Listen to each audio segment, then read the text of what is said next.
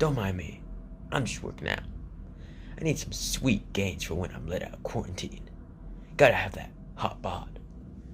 I'm sure as many of my viewers will be men, that you're all also partaking in this very masculine task. Many people ask me how I find the motivation to work out as much as I do. And the best way to find good motivation is to find a good role model. I've got two people who'll show you how to work harder, faster, and manlier. First, the guy from this Nutri-Grain commercial. And second, Terry Jeffords from Brooklyn Nine-Nine. Both Nutri-Grain Guy and Terry Jeffords are masculine. But wait, there's something different about the two of them. Nutri-Grain Guy is a machine. He's an unstoppable force of pure power and muscle, fueled by the power of Nutri-Grain. Terry Jeffords, on the other hand, is kinda just a really fit dude. Yes, he's masculine, but he also has insecurities and emotions. He breaks the mold of what the 90s thought a man should be. In the first season of Brooklyn Nine-Nine, Terry Jeffords' anxiety is addressed as a major plot point throughout season 1. Nutri-Grain Guy, on the other hand, just shows up, no emotions in the short period of time he's on screen. He yells, he screams, and when he gets hungry, it shows that he's got an empty fuel meter.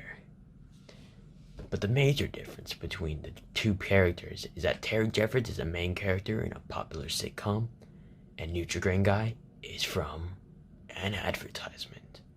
That not only means that Terry gets way more time for character development, but they also are made for two different things. Nutri-Grain Guy is selling the idea of energy and power.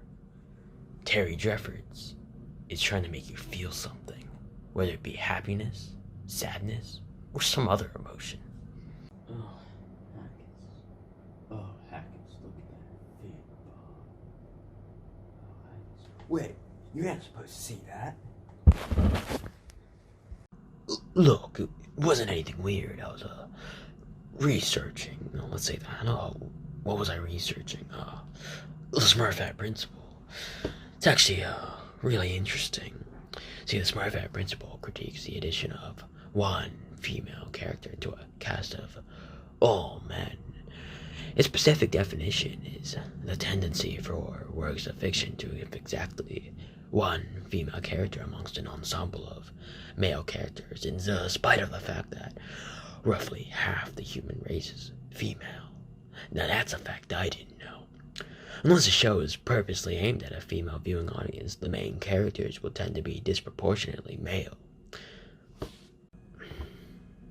And there are other theories similar to the Smurfette principle, which is really cool. The Bechdel test, the born sexy yesterday trope, and the bon gaze trope are all really interesting and quite prevalent and topical when you look at media from the 80s to early 2000s. Although their ideas are slightly outdated in today's media.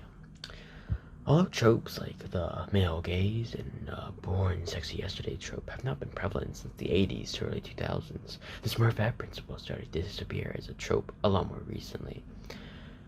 Avengers failed the Bechdel test only as far back as 2012, and Black Widow was the only female that was actually a part of the Avengers in the movie, with the only other two notable female characters being Pepper Potts and Agent Mariah Hill.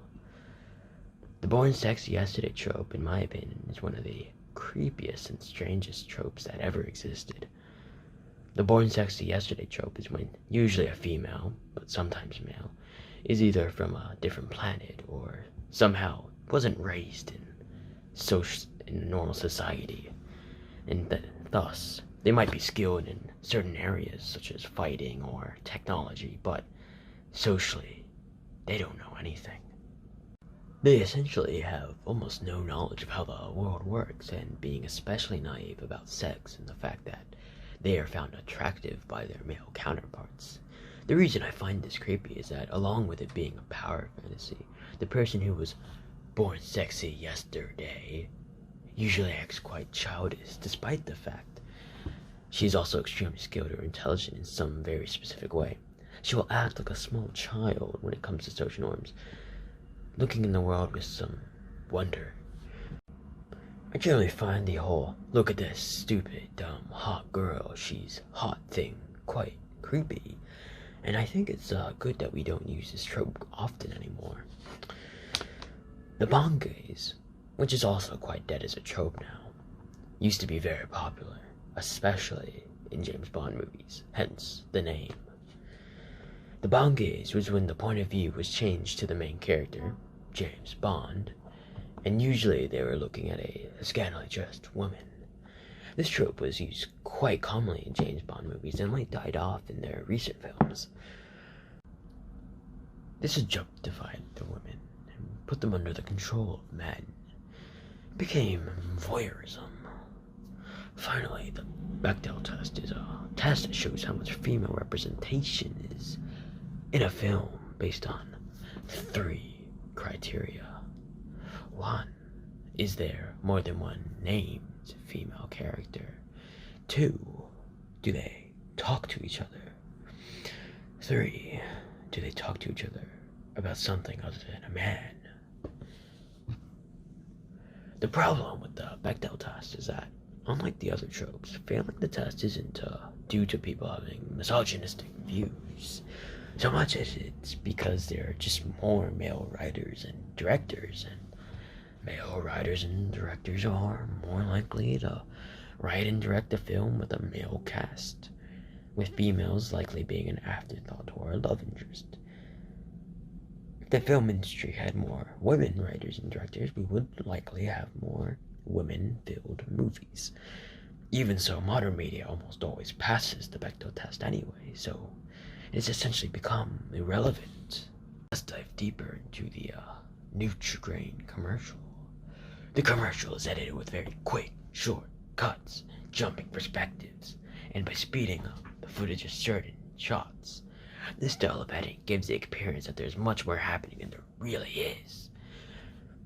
A lot of the scenes are really just Nutri-Grain guy running in a straight line, but when the camera zooms out, then in, then cuts to behind them, and then cuts to his perspective, there seems to be a lot more going on. This lends to the higher energy that they want to display. The sound is quite similar to editing, in that there's just a lot going on. There's a heavy metal track playing quite loudly, and all the sound effects blast your ears.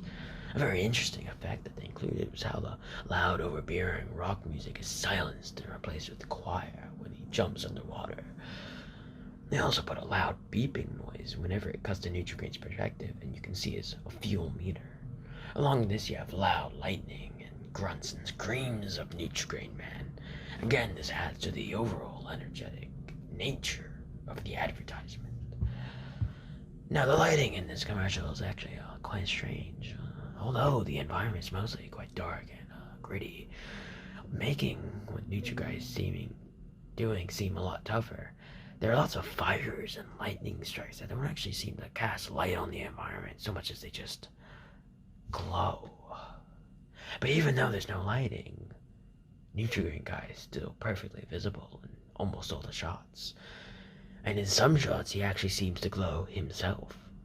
In the ice cave scene and the underwater scene, his body is much brighter than the environment. They likely did this as they wanted the main character to be easily seen throughout the whole advertisement, but they wanted the environment to still be gritty and dark. The structure of time is also quite strange in this advertisement. With how much Nutri-Grain guy is doing, it still only happens in a 45-second time frame. That, along with the seemingly randomly edited scenes where Nutri-Grain guy's movements are sped up. In post, it's hard to tell how long this advertisement is taking in-universe. Again, I think they did this to make it seem like he's doing a lot more than he really is, to trick the viewers into thinking Nutri-Grain is very nutritious. Let's look at something else now. Season 1, Episode 6 of Brooklyn Nine-Nine, Halloween. The cold open revolves around Charles Boyle wearing a costume, and no one else knows who he's dressed up as. The camera work is lively, and rather than jump cutting from place to place, the camera takes wide shots, zooms in on a person talking, and then cuts between conversations. Whenever somebody gets particularly lively in a conversation, the camera will zoom in a bit further onto their face. Also, rather than just cutting to people talking, it would sometimes swivel to who was talking. An example of this is when Amy's complaining about Halloween, saying, "I passed a slutty tree on the way here. Who wants to have sex with a tree?" To which Scully replies, "Was it Maple?" As he said this, the camera swiveled and zoomed into him, as he previously had just been a background and out of focus. This technique is used in the cold open multiple times. Many scenes, actually. The lighting in Brooklyn Nine-Nine episodes are usually the same, being bright, fluorescent light, like you would normally see in a sitcom or any normal building in general, actually. Overall, the lighting is nothing special, and they didn't really do anything interesting with it. Finally, you got the setting. Brooklyn Nine-Nine takes full advantage of the fact that it takes place in a police precinct. The first thing we see in the cold open is everyone backing away, as two people, both wearing separate halves of a horse costume, are being taken to a holding cell as they both try to kick each other. They utilize specific rooms for jokes or plot hooks, such as the bullpen, which is where jokes usually unrelated to the episodes and plots are made, or the briefing room, where plot hooks are quite often introduced. A good example of this is in the cold open of Halloween. The B-plot is introduced in the briefing room, which is where Amy, who hates Halloween, and Boyle, who loves it, are ordered to go undercover to a party.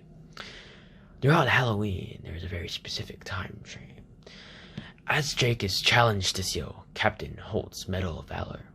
Throughout this A-plot, Jake has to juggle his job and also his wacky medal-stealing antics as the clock slowly ticks closer to midnight. This creates an air of tension as Jake continues to fail over and over again.